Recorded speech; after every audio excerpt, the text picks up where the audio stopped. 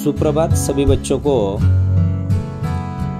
चलो आज हम लोग उपहार यह पाठ देखेंगे। इसमें ऋत्विक नाम के लड़के को किताबों से किस तरह से लगन थी, उसे किताबें कितने प्रिय थे, यह हम लोग देखने वाले हैं।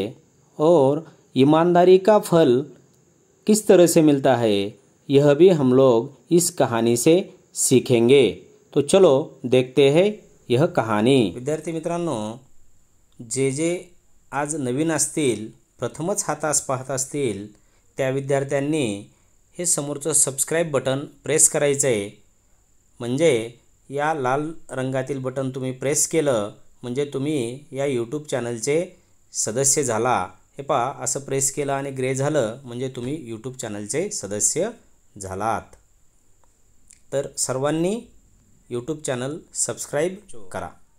आज हम लोग उपहार यह पाठ देखने वाले हैं। देखिए बच्चों, इस पाठ के बारे में मैंने आपको थोड़ा सा पूर्वज्ञान बताया है। अभी इस पाठ में ऋत्विक नाम के लड़के की जो कहानी बताई हुई है, परी उसे किस तरह से उपहार देते हैं, ये सब बातें आपको अच्छी तरह से ख्याल में आएगी। अब ये सुनने के लिए पहले हम लोग इस पाठ का अच्छी तरह से वाचन करेंगे। यानी जब हम इस पाठ को अच्छी तरह से पढ़ेंगे तभी आपको यह कहानी अच्छी तरह से समझ आएगी। तो चलो देखते हैं इस पाठ में क्या बताया हुआ है। एक गांव में ऋत्विक नाम का लड़का रहता था। वह बहुत गरीब था। गांव के पास पुस्तक मेला लगा था। उसने माँ से कहा, मैं भी मेला देखने जाऊंगा। उसकी माँ बोली, देखो घर में कोई बड़ा नहीं है, तुम अकेले कैसे जाओगे इतनी दूर। बेटा, मेला देखने की जिद छोड़ दो, चलो दूध पी लो।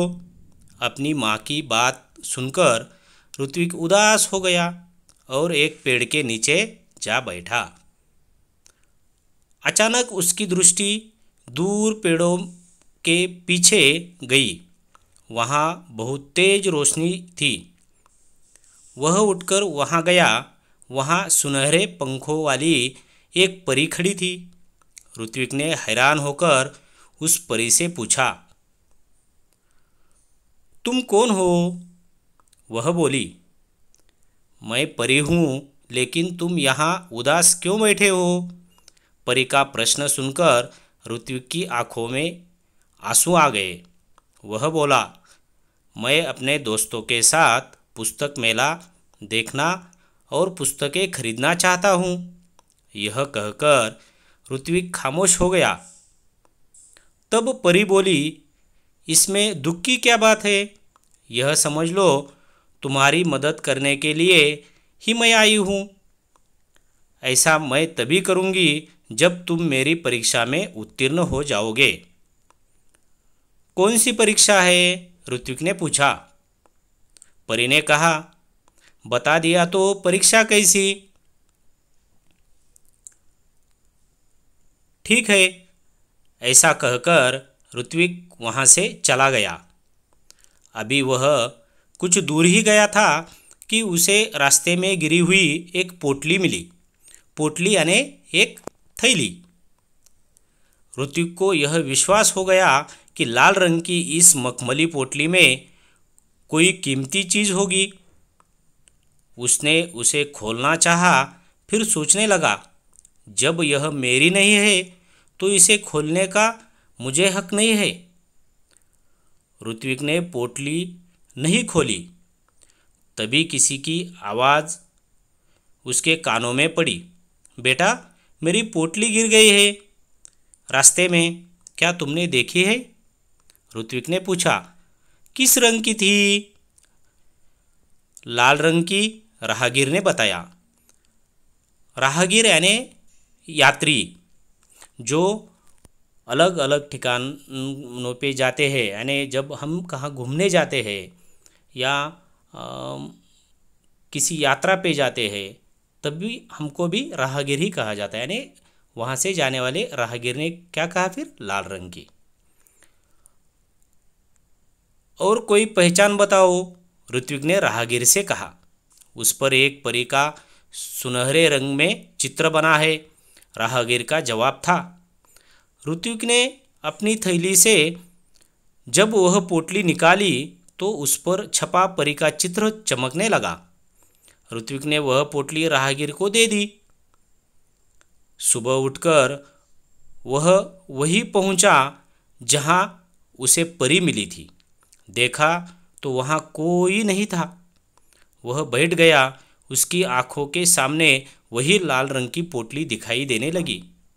तभी तेज प्रकाश फैला। सामने परी खड़ी थी।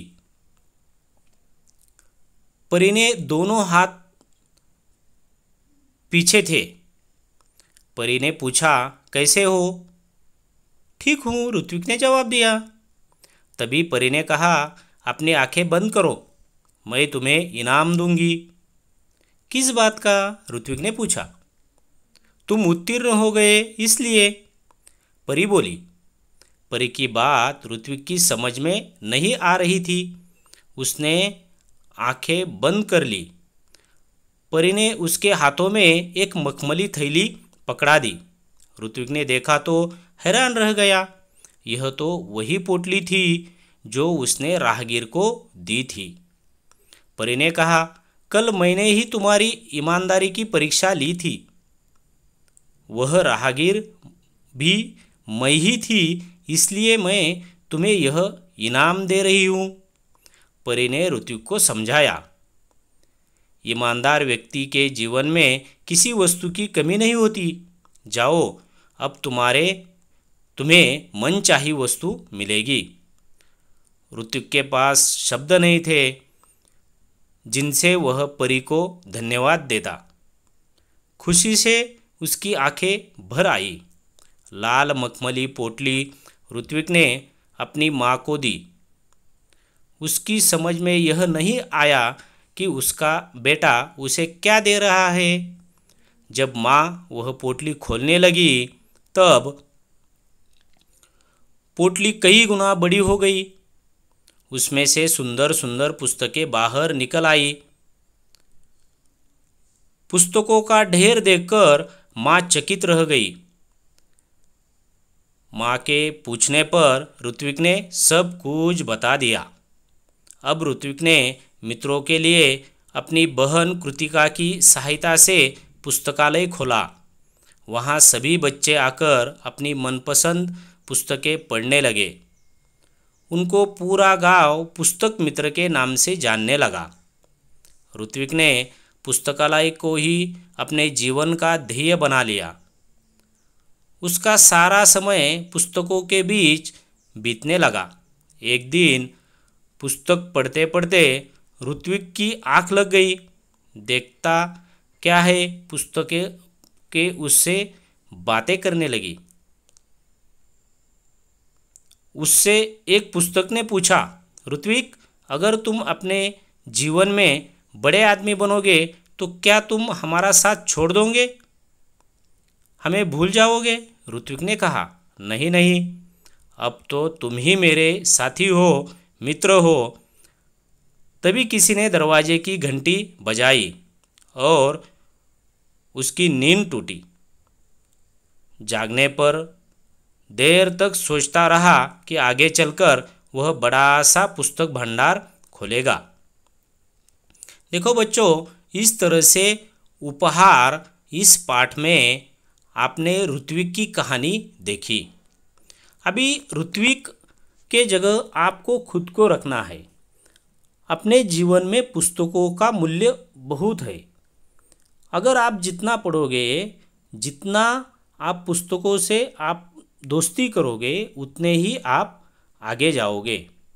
अगर पुस्तकें अच्छी तरह से आपने आपके साथ रखी, उनसे मित्रता की पुस्तकों से, तो पुस्तकें भी आपसे बातें करेंगी। देखिए, पुस्तकों से हमें हर चीज़ सीखने को मिलती है। यह कहानी ऋत्विक और परी ने ऋत्विक की परीक्षा ली है क्या नहीं। वह परीक्षा कैसे ली तो ऋत्विक को बताया भी नहीं कौन सी परीक्षा है, और वह उस परीक्षा में पास हो गया। उसे ईमानदारी का फल मिला। जो उसको रास्ते में जो पोटली मिली थी, वह पोटली उसने राहगीर को वापस कर दी, यानी उसने उसकी ईमानदारी दिखाई। इसी तरह बच्चों, हर एक ने अपनी खुद की ईमानदारी संभालनी चाहिए। कभी भी जीवन में झूठ नहीं बोलना चाहिए। जो चीज़ हमें मिली है वो उसे लौटानी चाहिए। यानी इस कहानी से आपको उपहार के रूप में ऋत्विक को ढेर सारे पुस्तकें मिले। अभी ये जो कहानी है ये काल्पनिक है, फिर भी आपने आपके खुद के जीवन में इस कहानी का इस्तेमाल और इस कहानी से सीख यह लेनी है कि हमने जीवन में ईमानदार रहना चाहिए। कभी भी झूठ नहीं बोलना है, और पुस्तकों से हमें मैत्री करनी है। पुस्तक को ही हमारा सखा मानना है। जब आप ऐसा करेंगे तभी आप अपने जीवन में बहुत आगे बढ़ेंगे। तो बच्चों, इस तरह से उपहार यह कहानी आपको सीख लेनी है, और इस पाठ के आधार पर जो स्वाध्याय है वो आपको पूरे करने हैं। चलो, अब हम यह कहानी यहाँ रुकते हैं।